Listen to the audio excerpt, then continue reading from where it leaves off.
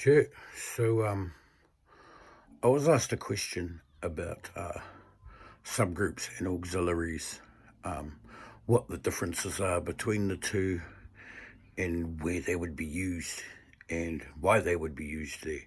So, without mucking around too much, we'll get into it, eh? So, as some of you may or may not know, a subgroup is another place that an input channel can be sent to.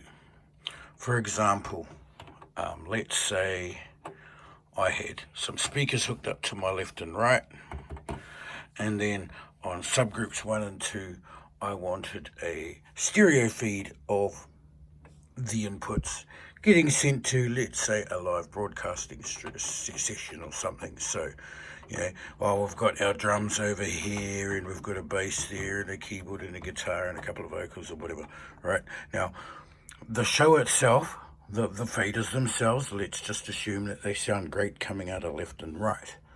Now, if I want to send those inputs to a subgroup, I have to go along these little buttons, 1-2, 1-2, and push all of these down. So when I'm pushing these down, this is telling the mixer, hey, I want all these input signals to come through subgroups 1 and 2, which will be coming out of here.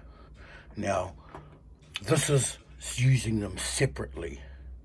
There's this other button here that says to stereo. So if that button there is pushed, then it gives me the option to beefy up certain signals. For example, I could have all my drum mics going to subgroups 1 and 2, and then I could have my 3 vocal mics going to 3 and 4, and then, here's my drums over here, and here's my vocals, just in case my vocals need a little bit more. For example, that's another way of using them, sending them back to the stereo bus.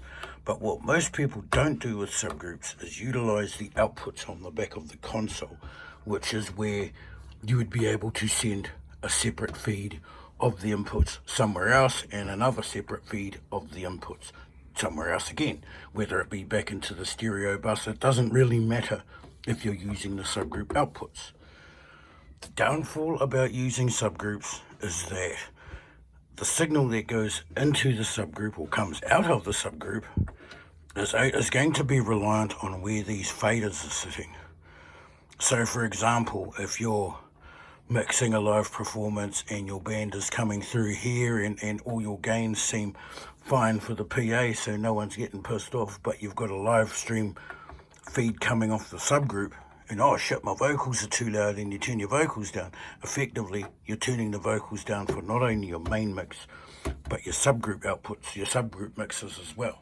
The difference with an auxiliary send is that the auxiliary send, I can send to, say, a stage monitor or whatever, and instead of just pushing a button to say I want this input to go to that auxiliary and that input, I have the adjustability of being able to adjust the levels of each input that's going to the auxiliary send. So for example, it might be a stage monitor up the front, so it would have no drums in there, but it might have some vocals happening in there, for example. So the auxiliaries, you have level adjustability for the signal going out. The subgroups, you don't have adjustability for the signal going out. But in retrospect, you can feed the subgroup back into your left and right inputs to give some meat on your signal, or you could send them to something entirely different, like a streaming session or an audio interface for a stereo mix recording or something. So yeah, that's kind of what I wanted to talk about, I think. There's also the thing with pre-fade auxiliaries and post-fade auxiliaries, but I'll get into that some other time when I actually have an external effects rack where we can actually plug it up and get some signal happening to see how things actually sound when they're being used. So yeah, thanks for watching. Hope you learned something. Let me know. Sure.